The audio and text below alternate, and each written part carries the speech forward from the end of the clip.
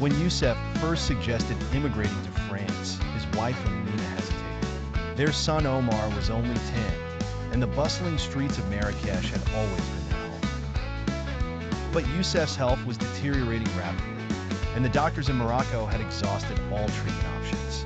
With a heavy heart, Amina agreed.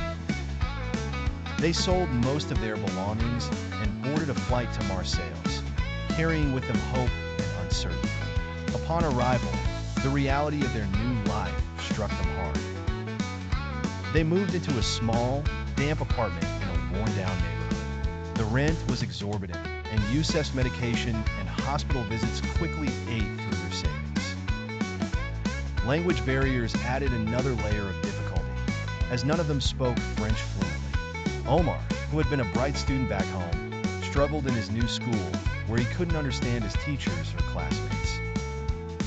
The cold, wet climate of Marseilles was a stark contrast to the sunny, warm weather of Morocco, and it seemed only to worsen Youssef's condition initially. Despite all these challenges, the family held firmly together, drawing strength from one another. Amina found work as a cleaner, sewing part-time in the evenings to make ends meet. Omar picked up small jobs for neighbors, hoping to ease his parents' burden. Slowly but surely, Youssef began to respond to the new treatments. The French doctors were optimistic, and soon, Youssef's health saw a significant improvement. After a year of battling through obstacles, the family's diligence began to pay off. Omar started to excel in school, aided by compassionate teachers who provided extra help. Amina's sewing skills caught the eye of a local boutique owner who offered her a full-time position.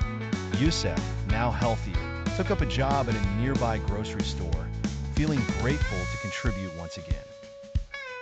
The small apartment that once felt like a prison began to feel like a cozy home. The rainy days of Marseilles were no longer a burden, but rather a quiet comfort, marking the passage of time in their new life. Over time, they saved enough to move into a better neighborhood, surrounded by friends they now called family. Years later, Amina would often tell the story of their struggle with pride. Youssef, beside her, would smile, holding Omar close as they watched the sun set over the gentle waves of the Mediterranean. They had found not just treatment in France, but a new life filled with peace, happiness, and the promise of a bright future.